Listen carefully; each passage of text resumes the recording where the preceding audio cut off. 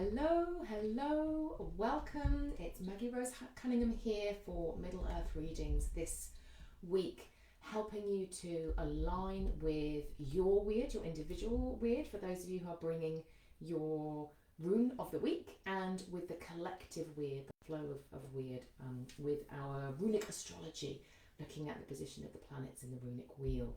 And I've got a question that I wanted to invite you to think into before we start Middle Earth readings. Legend tells us that warriors, great warriors who had proven themselves, in this case, in the case of the legends, who had died in battle for their cause and for the cause of Odin, were scooped up by the Valkyrie, by the Swan Maidens, and carried to Odin's hall. And there they will remain, supping and feasting and being with each other until the call comes for them to fight in battle at Ragnarok. And we're told that Odin's hall has one door that which is the entrance. It's pretty tough to get into that hall, but it has many doors that will all come, flooding open when the time is right. And the invitation that I want to invite you into, is to imagine, what if Ragnarok wasn't one epic battle at the twilight of the gods, that maybe that was one example of Ragnarok, but rather Ragnarok was a time when the worlds were at risk, when the vision that Odin and the gods are holding and championing is at risk, that Heimdall blows his horn, the great watcher who is there watching over all of the worlds, blows his horn, and then the armies go out to fight their fight. And perhaps those warriors born in those halls are being called all of the time, in different ways, at different times, in different worlds, to go and to make their stand. And I want to imagine for a moment that perhaps you are one of those warriors, that perhaps at this time on this planet, when we have so much to fight for, so much that we've achieved, as human beings, so much beauty, so much joy, so much wonder, so much that our children and our children's children have yet to experience, and that is at jeopardy, at the moment, for so many different reasons. And that Heimdall's hall has sounded, and that there are souls, old souls, sensitive souls, empathic souls that have been called and saying, you are the warriors that we need right now. And I'd just like you to imagine, what if I was one of those warriors? What if I was here for a purpose? And when you think about your runes and you think about runic astrology, those are the gods, the voices of the gods, the voices of the divine, the voices of weird, speaking to us and saying, this way it will be easier. Not easy, but this way it will be easier. This way it will be in flow for you. And I really wanted to share that with you. That is something that I am deepening into more and more in terms of my calling, and why I'm here sharing this work with you. And I really see that. I've just spent 2 beautiful days with 400 women, so a women's conference, a transformational women's conference. And I was so privileged to see so many people who I considered to be these highly sensitive, empathic, creative, passionate, compassionate warriors who are out there in the world looking to make the changes that need to be doing and taking their stand, even though it's hard and even though they feel really deeply. And I could see them. I thought, these are the people that I'm here for. This is why this work is important. And I know that those souls, those bright souls, are here in this space as well.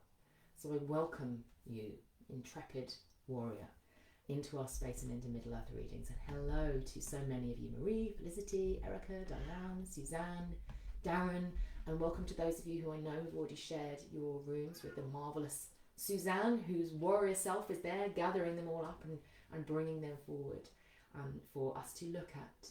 So let's look at the planetary movements for the week then. So we have Freak's Chariot, is moving into Ehwaz today. So Frigg, the great queen of heaven, her chariot is moving into the rune of partnership. So here we go, the horse and the rider. The partnership of difference is what's important and sort of key for Ehwaz for us to remember, is that it's a partnership of difference. It's saying that everybody has their part to play, but our parts are different. You know, Diane, you've asked a really important question there. What if we are also Valkyrie?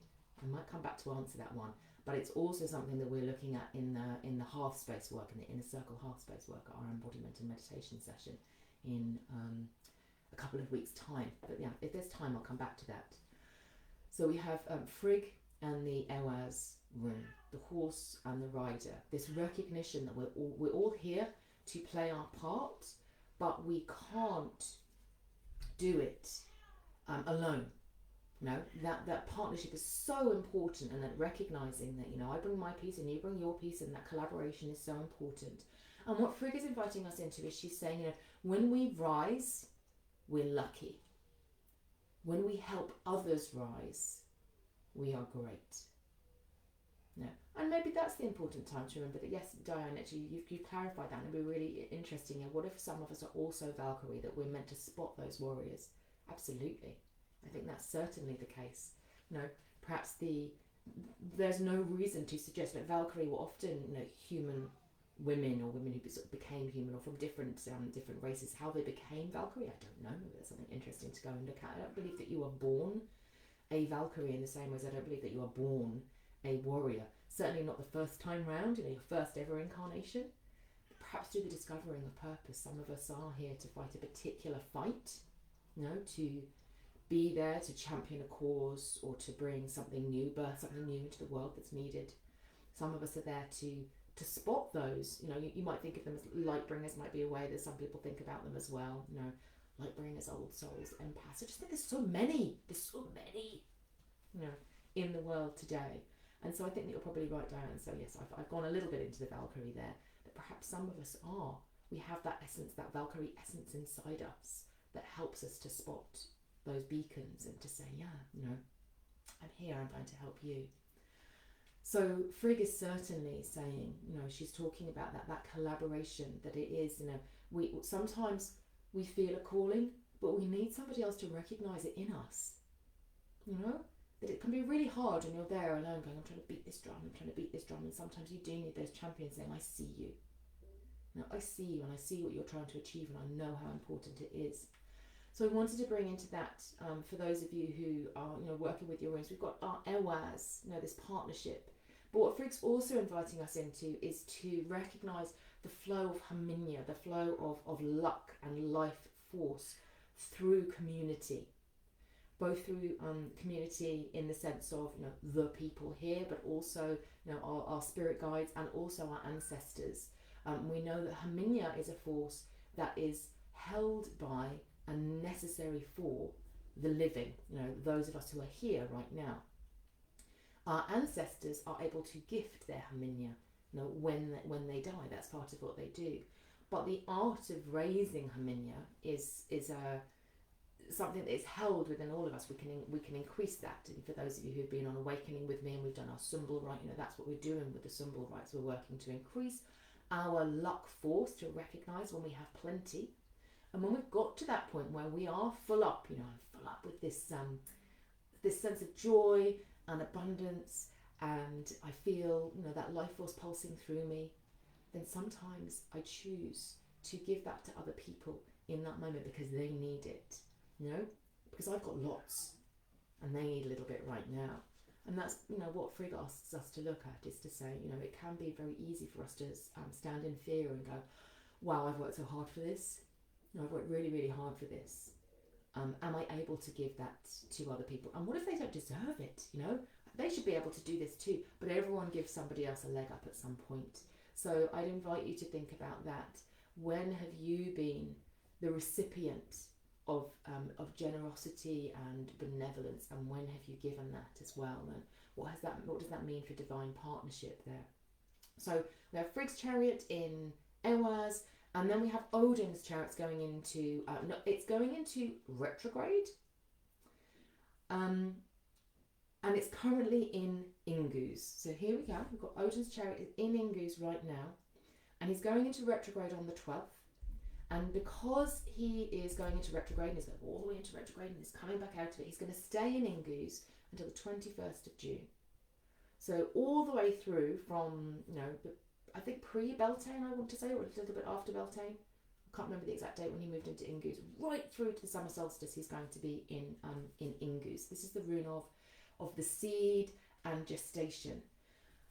And because we're working with the runes, actually which rune the retrograde pattern happens within, this motion of retrograde happens within, is important to us. And if you think about Odin as, the god, he's one of the gods, and Inguz is said to represent that journey of the god, of the sort of masculine divine, down into the deep womb of the mother for, replenishment and rebirth and renewal, and to bring something new back up into the world, so that, you could think about that in a similar way as, we go, we die and we go to Helheim, or we go to Valhalla, wherever it is that we go, and that's a period of healing and restoration and renewal before we come out again into the world. That even the gods need to do this at times. And Odin does this a lot, for short periods of time. So he's a god who is like, I'm out there and he's creating all the time. He is the voice and the word and the creative expression out in the world, and the destructive force as well. He is all of those things. So he goes into retrograde and he goes down into the earth, reasonably frequently, into slightly different runes at different times, not always for the same purpose. And that can feel hard for us, when the sovereign of the gods goes off and does other stuff, and things start to go a bit wonky and a bit wrong, because Odin is the ordering force as well. So when he is absent, we lose a bit of that order, and we lose that ability to communicate a little bit, and that can feel a bit hard and a bit tough for us. But what I have been recognising more and more, and I talked about this last time, is that it's often the transit periods, the transition periods, where he's been going, right, I'm going this way, and this is what's happening, and then he's like, oh, hold on, I need to go for myself to go and find this renewal. I need a piece of wisdom, maybe, or a piece of healing for myself, in order to be the leader that is required. So he goes and he does this. And when he goes down in this these coming days, we can expect to sometimes feel a little bit of difficulty and a little bit of challenge, and often that sense of maybe like grief or uncertainty, because it was like, there was a path and we were following it, and Odin's gone, hold on, we need to, there's a pause, and there's like a preparation. You imagine him in his hall preparing to leave, and people know that he's leaving, and there's a bit of uncertainty. Frigg's getting ready to take the reins, literally in our words, she's going to take the reins there, and it just feels a bit uncertain. And then he will go down, and we will settle a bit into that retrograde period. And then when he comes back, sort of the summer solstice, which actually feels, although it's, it's retrograde, it feels quite important this time. He's going to come back, and when he comes back, he will be renewed, and then we have that bumpy period as well, where we come back and he's like, right, we're going to do this differently and that differently, and I've got this idea and that idea, and we can experience this sort of cracking open of ourselves when he's saying, I've been down in this seed space, and then he opens up, like the plant growing, and we all go, whoa, and so it can feel a bit, oh, when he comes out the other side as well. So, that for me explains a little bit about his retrograde motion and what's going to be happening, and why we can feel that between now and the 21st of June, and for a little bit after the summer solstice as well, as that new stuff comes and we feel its ripple effects outwards. So what's also happening the day after Odin actually goes into retrograde, although I think that we experience it for a longer period of time until that, is that Suna's chariot will enter Inguz, and this is going to really emphasise that, and she is going to invite us into that seed phase as well. So Inguz invites us to do a little bit of reflection, but it's always reflection with the purpose of moving forward, because it's the seed. So the seed comes from the old plant, so there's a sense of celebrating what you have been, and then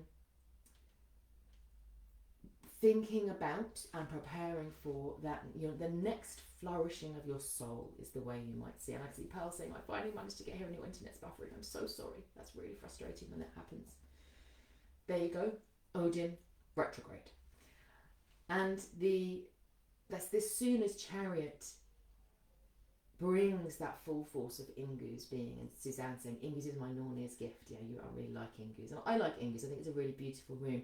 It does require patience, and sometimes it can feel a little bit like, okay, I've got this, I've got something growing inside me, but I can't articulate it yet. I just feel it. And my invitation to you through this period of time would be just to be in that and say, okay, whatever is moving through me is going to need time before it's ready to come out into the world, before it's ready to actually be birthed. So, you might think about it, because it's the rune of the seed and it's the rune of gestation, you can think about it that way. If you literally think about, a mother's body changes, because a baby is going to be born, but the baby isn't born instantly, and there's still work that she's doing to nourish that and nurture that, but we don't yet know what the child is going to be, what it's going to be like, what it's going to look like. We know nothing about that. We just know I need to nourish this and honour it and go with the flow. The energetic flow is often what Ingu's brings in at this point. Now, for some reason, I suppose because there's a descent, and also because Odin is descending as well, there is a sense maybe of connecting with our ancestors and recognising that when we do this process, this human process of birthing an idea or something new, or a child, or whatever it is that we're birthing, we are connecting so much more strongly with our ancestors during that time than often at any other period of time, because that's what they did. We're participating in the evolution of our species, and of our world, during that period of time, following a cycle that has been around for millions of years. And so we can get that sense of, I'm looking forward and the seed is there, but I'm also honouring and recognising myself as part of the ancestral chain. So that comes through as well. And then finally we have, on the 14th, we have Tyr's chariot is entering Bacano. Now this is really interesting because Bacano is the rune of the Great Mother, and Tyr there's an echo to a certain extent of Tyr, who is the god who, the god of sacrifice, and we're working with him through the half space, through this month, is in some ways coming back to his roots and to that sense of wholeness. And the words that came through with this for me were never broken, always evolving. Is the mantra, let's say, that he has offered to us during this time. So yes, we may feel broken or cracked, or things are difficult. We may feel like, I've got to be patient through this and allow this to come through and feel that sense of patience. And Tyr is saying, but we are never truly broken. We are always evolving. No, that is what is happening. Each of these times, even when we feel that we are the most broken. And in a sense, I feel as if Tyr is stepping in at this point as well, quite nicely, sort of like a knight. He was the sovereign, and he doesn't pretend, he sort of said, oh no, that's not me anymore, I'm not the sovereign anymore, I've stepped back from that, I have a different purpose. But Odin is away, and Tyr is honouring the divine feminine, which naturally means he's also honouring Frigg, who's on the throne. So he is saying, how can I serve you? To her. So that's another thing to be thinking about, is, when we feel that sense that we are broken, and we have a reminder that, we're always evolving. One of the things that brings us back to wholeness and centre is always to feel back into our purpose, the service, and to recognise how much service we have already offered in our lifetimes. That it's not always about looking forward and saying, what more can I do, what more can I do, what more can I do? Sometimes it's just about claiming your purpose in that moment. So Tyr is there to help us with that as well. And for those of you who are in the inner circle, we're doing a lot of work with him.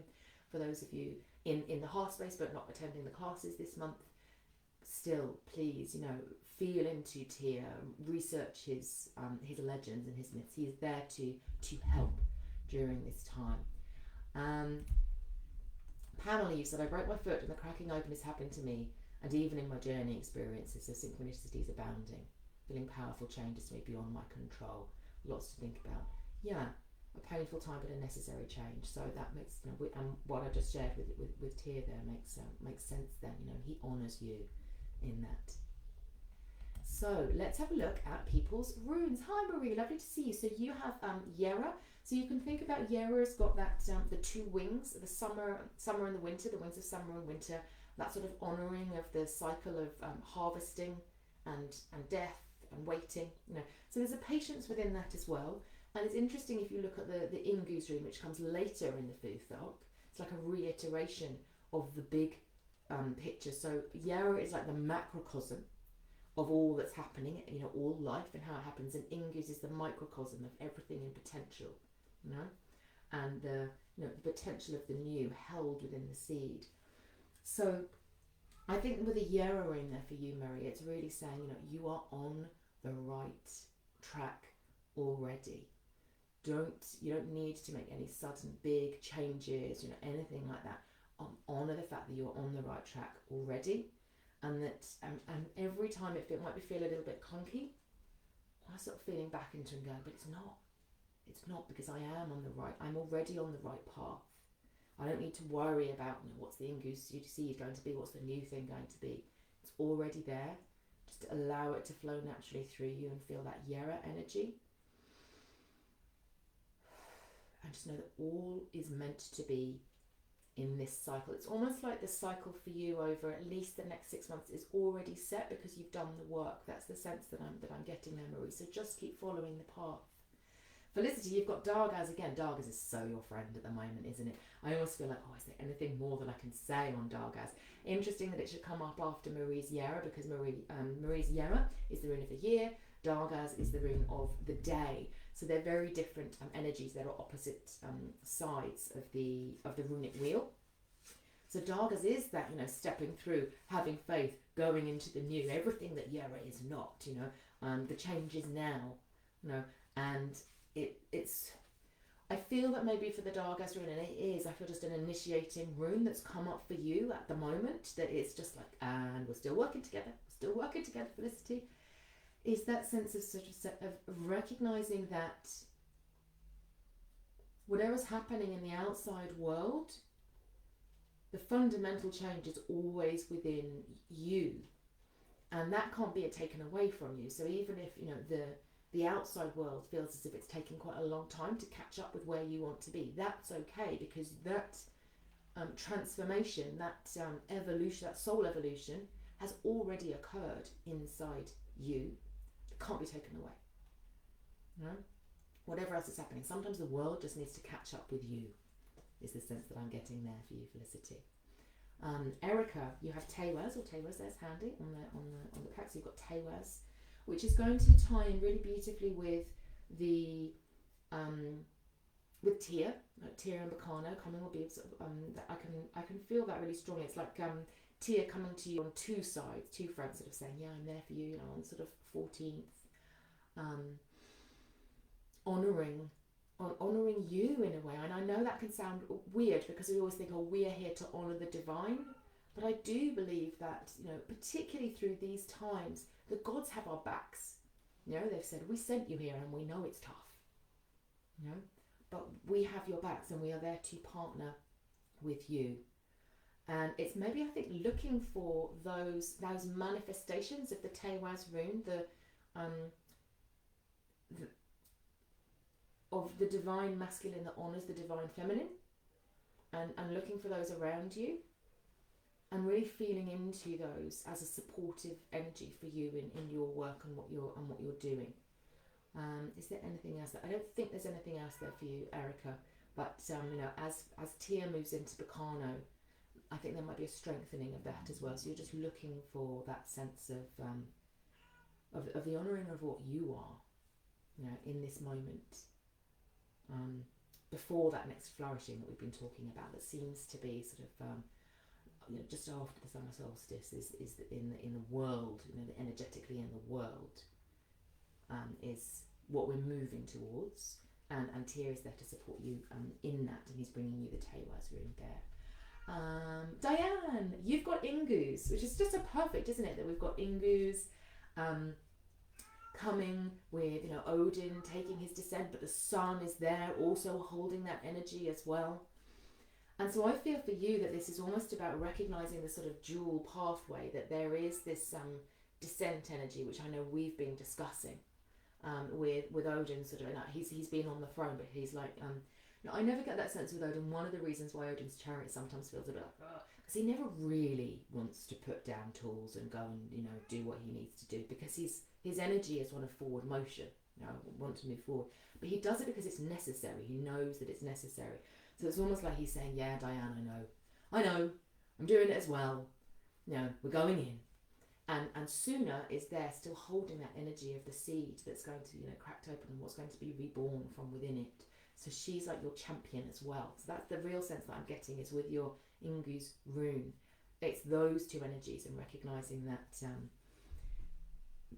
Odin is on the descent, but Suna is soaring above with the energy of the seed as well, holding that potential of what will come once the descent has I want to say completed, but that somehow doesn't feel right, has taken its course, is the sense that I get there. Lisa, you also have Darga, so we've had that with Felicity. Let's see if there's anything else for you. I'm feeling that really strongly at my third eye, Lisa, there.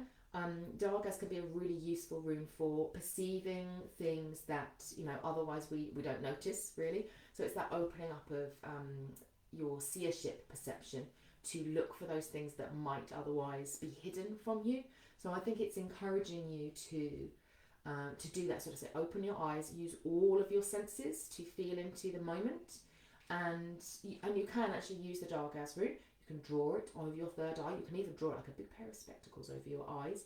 Ever so slightly shift your perception. If you're going to do it, only do it for a short period of time. Do not leave your Dargas glasses on, because it is not helpful to us. We're not designed to be around with our third eye seership open all of the time. You know, we have spirit guides who are there to help us to do that, so that we can stay grounded and centered in our bodies. But for a short period of time, it can be really helpful to just say, okay, I want to look at this problem, or I want to look at this room even, you know, whatever it is that you're thinking, oh, there's something off here, I'm not sure. Pop your Dargas glasses on energetically, and then allow the Dargas rune to help you to see what else is there, to really feel into your perception and your knowing and your instincts. And then all you do is you just remove them again. Remove them, and you can either give them to the sun because it's the ring of the day, or you can give them to the earth because it holds the day and the night in as well. But just allow it, feel as if it's being drawn back into the energy of time, you know, so, which is why the sun is useful for doing that. And she'll just take that back for you. Cheryl, you have Thurisaz. So we've got Thurisaz there on the top. So Thurisaz, that's a different interactive energy. It's more weighty, it's more earth-based. There's some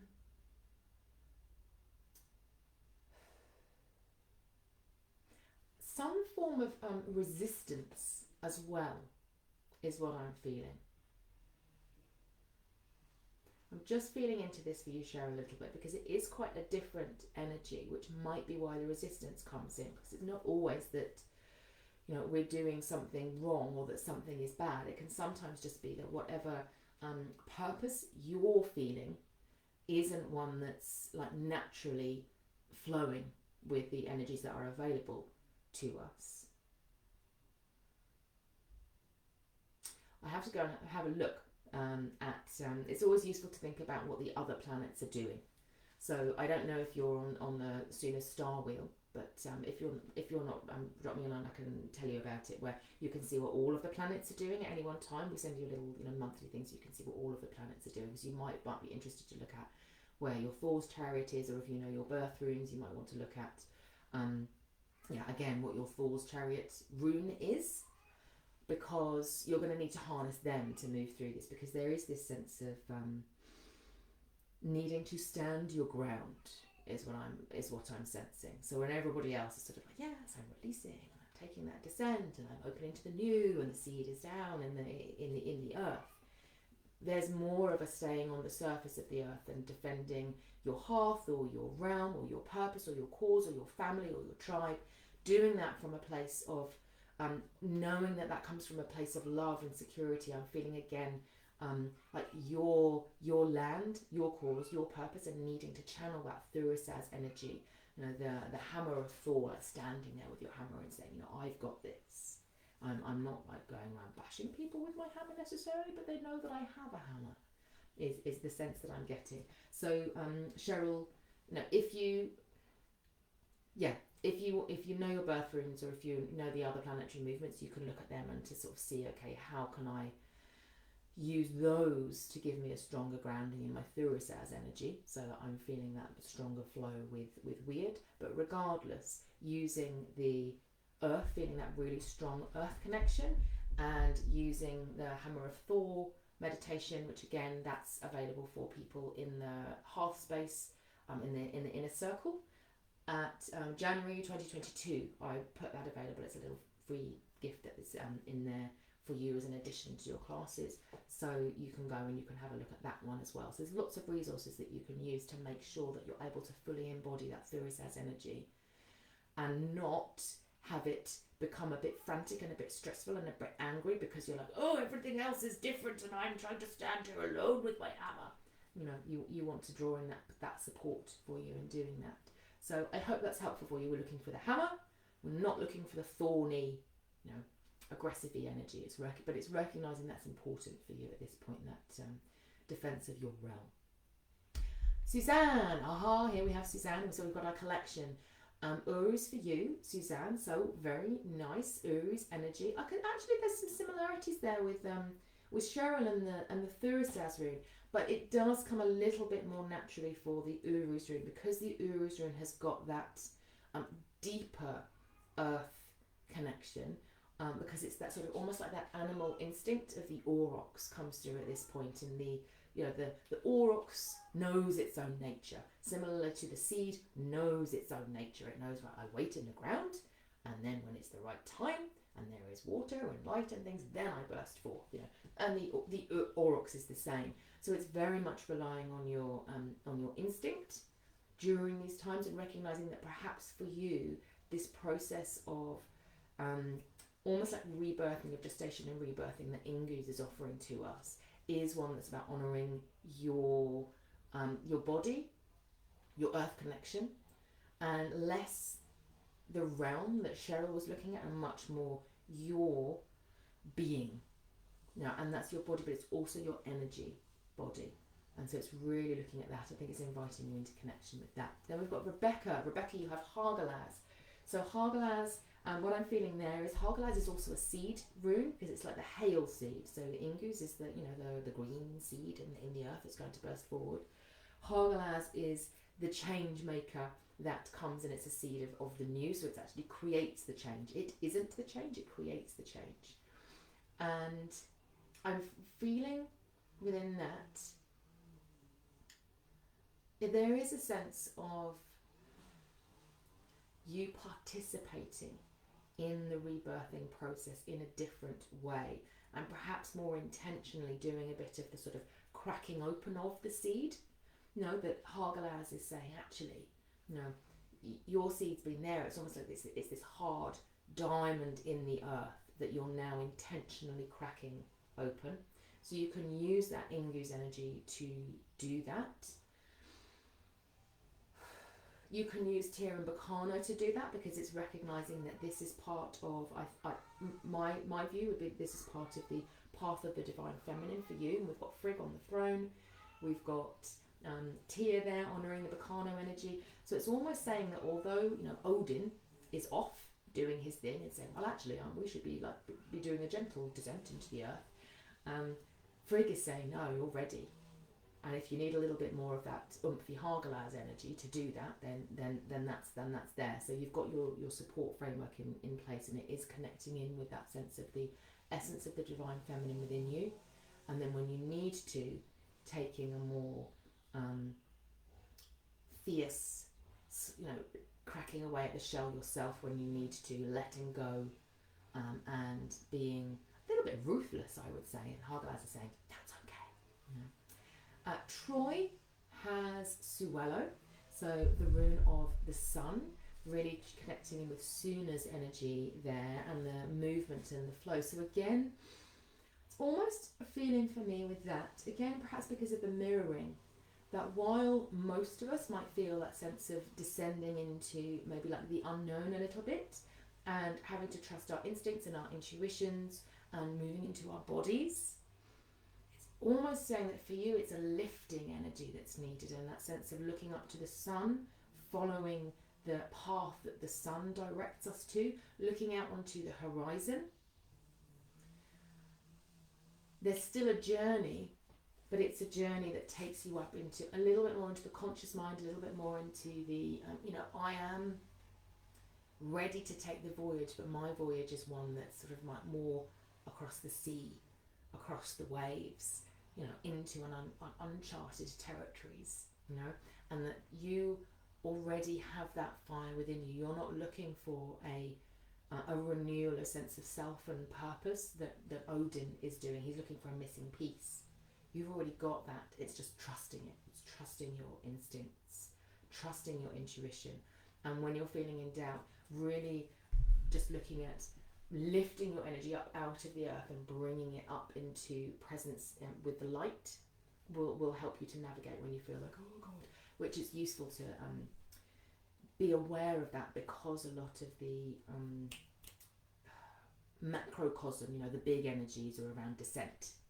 So sort of saying, okay, that's fine, but I need to be above, so consciously doing that and bringing that for yourself. Esther, you also have Dargaz. So we've done Dargaz twice. I don't think there's anything else there, Esther, for you with Dargaz.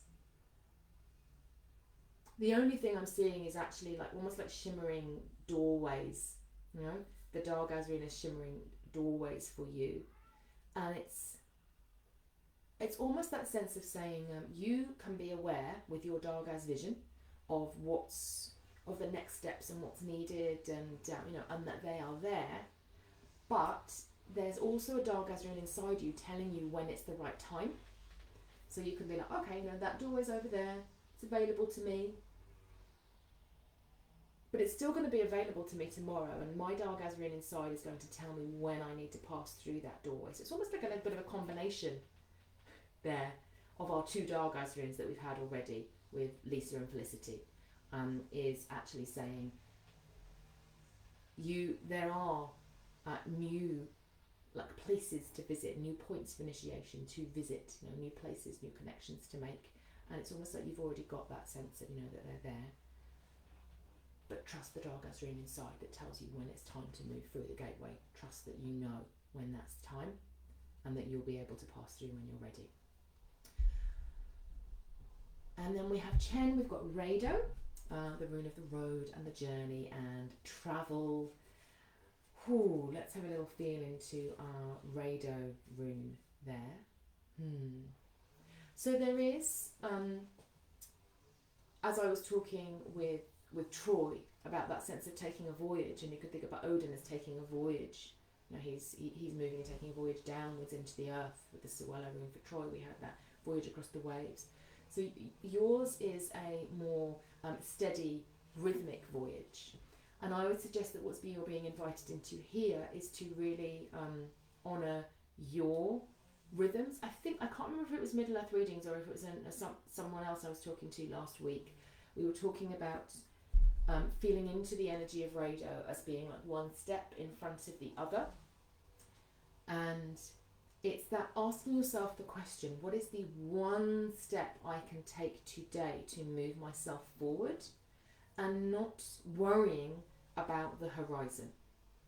Not worrying about the horizon, and not sitting and sort of waiting for the, in this sort of gestationary period that I'm talking about, not just sort of sitting there, because I get that sense that it's almost like you need to move out of stagnant energy and move forward, but it's just honouring your own rhythm, and almost being like, the reason that I'm doing this, the reason that I'm taking this one action is less about, I need to, pay my electricity bill, or whatever it is that you need to do, and it's more about honouring and discovering your momentum.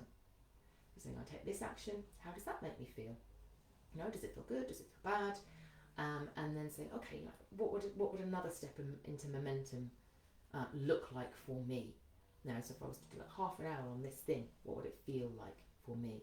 So it's that exploration of your own rhythm is what you're being invited into, and it's almost like that is the journey that you're on, is the journey of understanding your own journey, you know, your own momentum, your own rhythm, your own means of being in momentum in life that is not driven by anything else. It is only driven by your feet, your energy, your rhythms, your cycles. So I hope that's helpful to you, Chen. Darren! Oh, you always say something that's so nice, Darren. Hi everyone, hope you all have a good week. Yeah, share that from Darren for everybody, because you always do make sure and check in with everybody.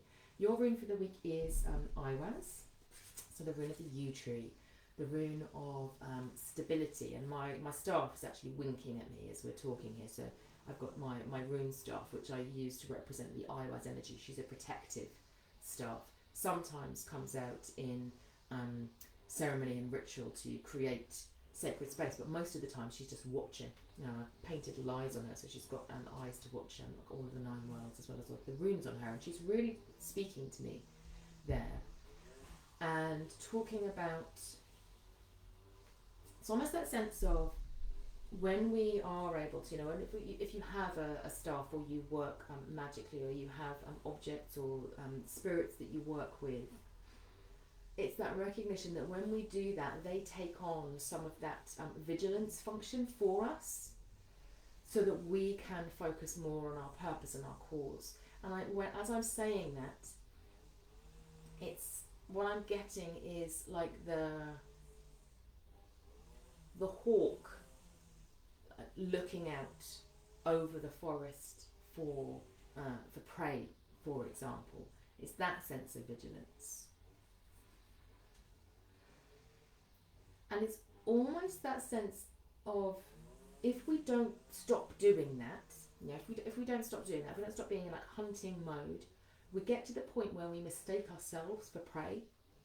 Because prey animals, you know, they have their eyes on the sides for a reason. So they have this sort of peripheral vision going on all of the time that's there, and, you know, they're still doing their own thing, and they're relaxed. You know, they're relaxed in that moment. And then when their big, not quite 360, but coming close vision kicks in and says, hold on, alert, high alert, you know, then they move into vigilance mode. You know, quick vigilance mode. Do I need to freeze? Do I need to fly? You know, what is it I need to do? Prey animals don't do that. They will have periods of time when they're when they are relaxed. This is my safe space. You know, I'm up in my tree or my eyrie or whatever it is. You know, I'm the prey, the predator animal, and so I use my focused energy when I'm going somewhere, I'm doing something. And what the Iwaz rune is saying to me is, work on your energetic vigilance function. So, you know, having a staff like that, or speaking to the spirit of your hearth, for example, and saying, you know, I need you to take on some of this for me. And you might also think about it practically, just about things like, what's going to make me feel safe so that I can get the deep relaxation that I need, so that I can be the predatory animal, following my purpose, you know, going where it is that I need to do, doing my work in the world, because I'm getting the rest that I need. So almost like there's a part of you at the moment that is trying to fulfill the Iwaz function, and is so being predator and prey at the same time. It's the sense that I'm getting. And Iwaz is saying, you have the resources available to you to make it so that you feel like, you know, the king in your castle, you know, the eagle in the eyrie, Odin upon the throne looking out over the world. You know, you have that those tools to do that. Tend to them, and then your rest will be deeper. You won't be as vigilant, and you'll be able to do more than with your energy. It's quite long, wasn't it? Diane, so we've talked about the Valkyrie. What if we are also Valkyrie? And I do believe that, you know, that is a function that many of us play. You know, that sometimes with the warrior, sometimes with the Valkyrie. Pamela, excited for Odin retrograde. Yeah, that's a really nice way of viewing it. Actually, I'm really excited about this. Odin is going off, he's on his descent, he's doing his thing, he's going to re-emerge, it's going to be great. And we've got this. We're okay. Rin, my one rune is Isa, please. So there is a real stillness there, Rin, and it's almost saying, don't worry about all these people going on the journeys. Don't worry about Odin going on his journey. Don't worry about Suna going on her journey. No, everything that you need is already here. That's where your journey is taking place. It's taking place inside. It is that real fundamental, going back to the fundamentals of Isa, I am. And owning that and feeling into that, and allowing your your sense of yourself to expand, to recognize how truly vast you are. That sense of your connection down into the earth, but even deeper down into that, to that point where your boundaries dissolve and you feel into oneness. I am getting bigger and bigger and bigger each time you do it, and then bringing yourself back after you've done that. So that's if you do one of the Isa exercises with me, I think I'm going to at least a version of that exercise on my YouTube site, so you can go and see it. You can find it either from the YouTube site, or you can go to the Isa pages on my website, and they will direct you to it, to this sort of Isa meditation. But it is that sense of using that mantra, I am, expanding, expanding, expanding out until you feel as if your edges are no longer there, all the way out into the universe, and then bringing it back in and honouring then your energy field and your physical form, and that sense that, I've chosen to be in this human body in this time. Doesn't make me small. It just means that I've chosen to have edges, through the course of this lifetime, so I can do stuff. And so if you think about that in terms of what Odin is doing, he's reclaiming, you're sort of reclaiming you. That's the point in this time. So really feeling into that and honouring yourself within that. So Pamela, we've already read your pizza. I'm sorry I broke my foot. I feel you. I haven't broken my own foot, so I can't feel you in that. But yeah, not a nice place to be. Wishing you much healing.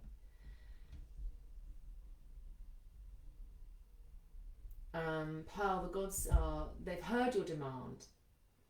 So Pearl, if you have never picked a rune for yourself, I've got some blog articles about rune of the day, and you can use rune of the day as the technique for picking rune of the week as well. You just ask for the rune of the week instead of the rune of the day. So have a look on the blog there. If it's something that you want to really feel into, then I would really recommend that you come and join the Half Space Inner Circle class, where we do our rune readings. So we did it last Friday. Amy normally publishes them, and she's looking to publish them on Monday now.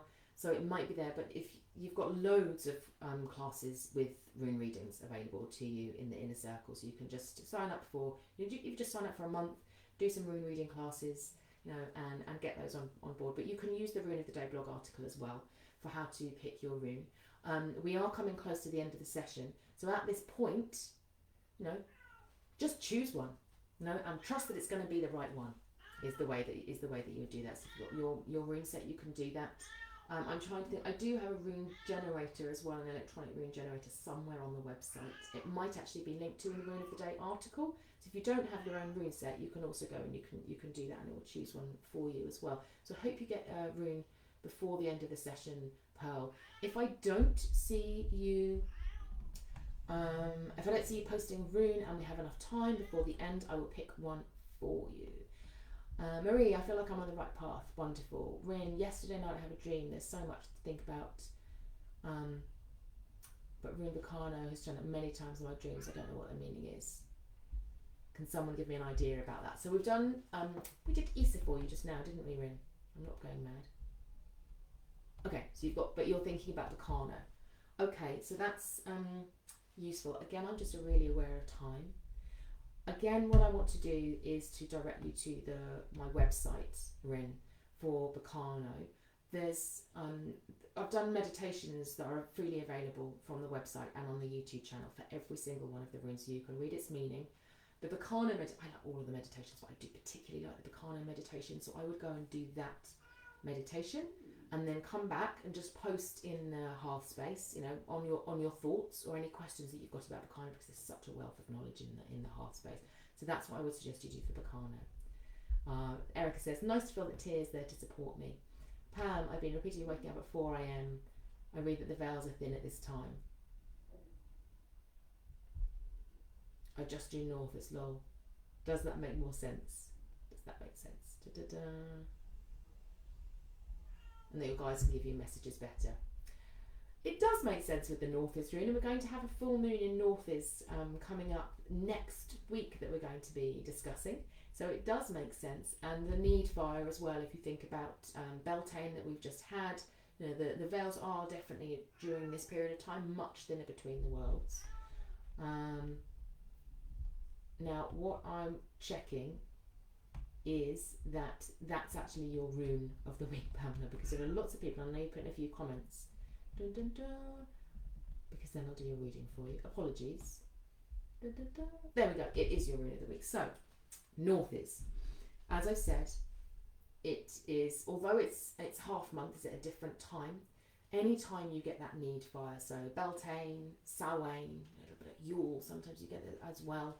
And all of the solstices really are a great time for the need fire to burn, and you can think about that as being our ancestors, you know, calling on the gods, calling on, you know, their ancestors to say, you know, let the wheel continue to turn, let, you know, the crops be good, let our, you know, the cattle be healthy, let the children thrive in our community, let us not experience illness, you know, all of those things. There are good reasons to burn the need fire. And sometimes for us in the modern world, it's almost like we have that instinctive longing to, you know, when people talk about North as being a challenge rune, a rune that they're like, oh, I don't like it because it means that I'm going through a period of time when I'm suffering, which I know you are from your foot. But the North rune itself isn't the problem. It's your soul saying, I want a solution. That's where the fire comes. It's saying, oh, you know, help me, you know. Very much, again, calling you into the body and feeling into your instincts and your intuitions. And although I have never had a broken foot, I did have a period of time when I had very, very severe arthritis. I had it in both feet and both knees and my hands. And I remember a period of time when I was in such excruciating pain, you know, really, really awful. I'm not going to try and compare it to labour. They were very different. You know, there was a purpose to labour. But in that moment, when I was just at that point where it was so painful, I was like, I don't want to be in my body. I don't want to be in my body. I'm waiting for the next painkiller. I remember looking out of the window and seeing this rose out of the window. And I swear to you, it was the most beautiful thing I'd ever seen. You know, it was there and it was opening and there was the droplets of water on it. And it was just, when we are in those places where we are ill or we're sick, you know, it's also where we recognise just the exquisite beauty of life, you know, and that is the North's rune as well, saying, and this, you know, this too will pass, and when you come out, you are going to appreciate life so much, you know. And with the, you know, the veils thinning, it is a period of time, and we know this sort of classically, that, you know, often we receive wisdom, we go on shamanic journeys, our seership becomes more powerful during periods of time when we are in pain or injured in some way. I think it's very similar to the Kinaz rune in that sense as well, that Kinaz is like transformation of the body. North is often transformation of the soul. You know, so it comes through very much there. So I'm just going to suggest that the North's rune is there as coming to honour you at this time, and to recognise that, you know, that the veils are thin and that you can feel into your guides. And it's just saying, yeah, really follow that instinctively. You already know what you're supposed to be doing. You know, I could see it through that. And the North is really saying, yes, that's right. Lisa's saying I've been doing a number of spirit journeys lately, so maybe perhaps Dargaz is here to honour the fact that you're doing that at the moment as well, Lisa. Suzanne, lovely, thank you. You can feel all of that. Felicity, all three Dargaz readings resonated. That's great. You know, and I think that's often the case, that somebody else's reading also has wisdom for people. Pam, really like that's last rune reading. Oh, there you go, pal. You've got Manaz. Well done. So the Manaz rune is sovereignty. It's sitting in personal sovereignty and saying, yes, you know, This is my realm. Whereas the Issa Rin is a sort of internal journey of recognition of self. Manas comes later in the rune row, and it's about saying I am now in a place where I am in power and I am able to bring that out into the world. It's very much an integrator rune. And the fact that you decided to just come prepared with your personal rune practice is exactly what you should be doing. It's saying, you know what needs to be done. You know the action that needs to be taken. And so there is a recognition, perhaps, that you have more power than you think that you do at the moment, and it's inviting you again to acknowledge that. If you think about this period of time as being a time when we're being invited to journey, perhaps to discover something about ourselves. It's not just about renewal, it's also about discovering something for ourselves. And it's recognizing your own sovereignty in your life. Recognizing every time you take a decision from power, giving yourself space to really own that and honor yourself in that. And recognizing that sometimes the most powerful thing that we can do is to decide, even when we don't have all the answers, and that just doing that brings us into momentum and brings in more haminya, more luck force, which I was talking about right at the beginning. Every time I decide, even if the decision might not, in retrospect might say, that wasn't exactly what I should have been doing, or that wasn't right. Because you took the decision, you're building your energy, you're building your store of luck, you're building your power, your ability to. So the etymology of the word power means, the ability to. And so every time you take a decision, it's recognizing that you are stepping more and more into your sovereignty. So through the course of the week, that's what I would suggest that you do.